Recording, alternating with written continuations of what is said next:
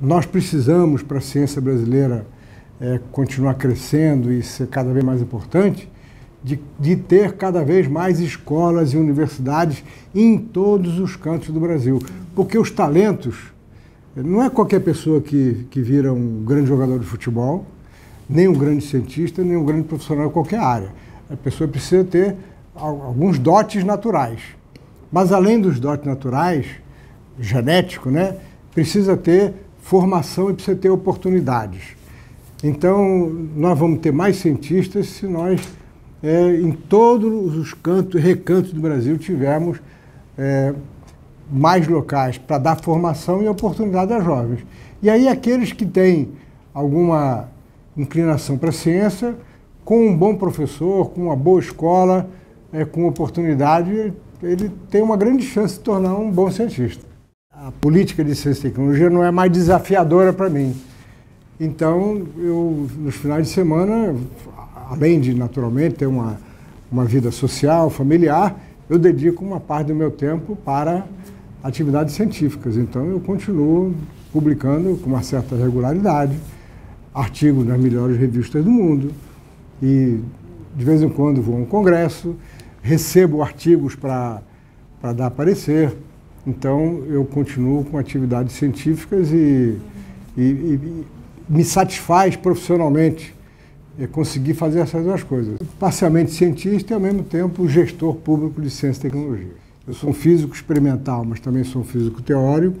Eu trabalho na área de materiais magnéticos. Eu uso física para explicar fenômenos e materiais magnéticos, fenômenos e propriedades.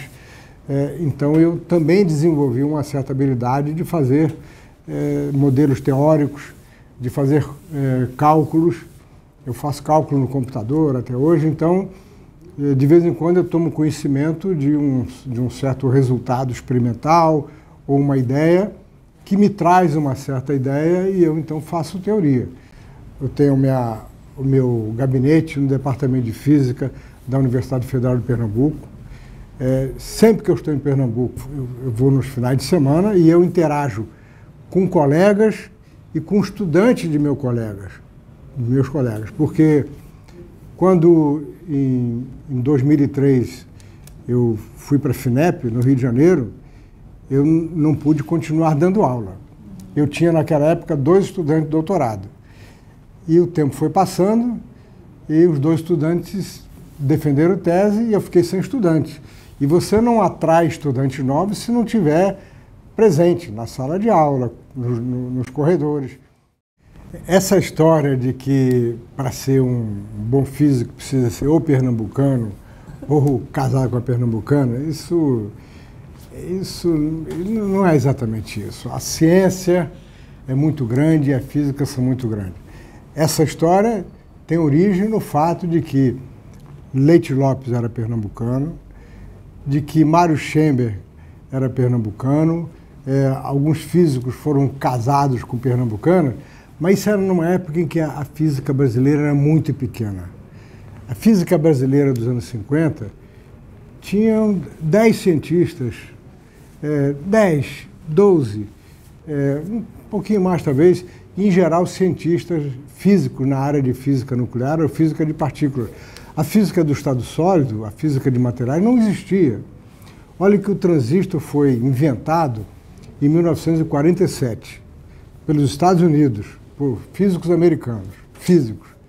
E o transistor representou uma grande revolução porque ele mudou completamente a eletrônica. E a partir da invenção do transistor, começou a haver um grande investimento de físicos, de engenheiros e de químicos nos materiais para ser usado em eletrônica. Pois bem, 10 anos depois da invenção do transistor, como eu falei, feita num país que foi descoberto na mesma época do Brasil. O Brasil não tinha 5 físicos de estado sólido. Então a física no Brasil, quando essa história corria de tem que ser pernambucano, era muito pequena. A física é muito maior do que isso. A ciência brasileira é muito maior. Nós temos hoje cientistas que estão ficando experientes, dando contribuição à ciência, que vieram de todas as partes do Brasil. Aliás, tem uma história interessante. Uns 20 anos atrás, um físico alemão, que passou alguns dias conosco em Recife, ele tinha, antes de ir a Recife, ele tinha ido a Campinas, ao Rio de Janeiro, São Paulo, e num dia, numa conversa comigo, ele disse o seguinte: eu hoje entendo por que o Brasil é campeão de futebol do mundo, porque ele tem o melhor time, os melhores jogadores, porque em todo lugar que eu fui, tem gente jogando futebol em algum canto. Uma característica que eu tenho, desenvolvi, é de conseguir tratar cada assunto no seu devido lugar. Então eu consigo, até hoje, passar o dia inteiro no Ministério da Ciência e Tecnologia, envolvido em problemas, às vezes de detalhe, que tem a ver com a política de ciência e tecnologia, com a gestão da política científica, e quando chega a noite, eu me desligo daqueles problemas e mergulho num problema de física e consigo, então, fazer isso. Se eu não tivesse sido aceito no MIT para um lugar que eu apliquei, talvez eu não tivesse saído. E se eu não tivesse saído, provavelmente teria seguido o caminho dos meus colegas engenheiros. Teria se tornado um engenheiro importante, mas não teria tido o caminho que eu tive. Alguns anos depois, quando eu voltei do doutorado, eu tive a sorte de encontrar 2 estudantes pernambucanos. Se eu não tivesse tido aqueles 2 estudantes pernambucanos como meus alunos, eu não teria ido para Pernambuco.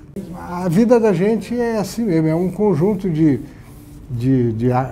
acasos. Alguns fatos vêm para bem, outros fatos vêm para mal, e a pessoa precisa de sorte. Eu sempre tive muita sorte.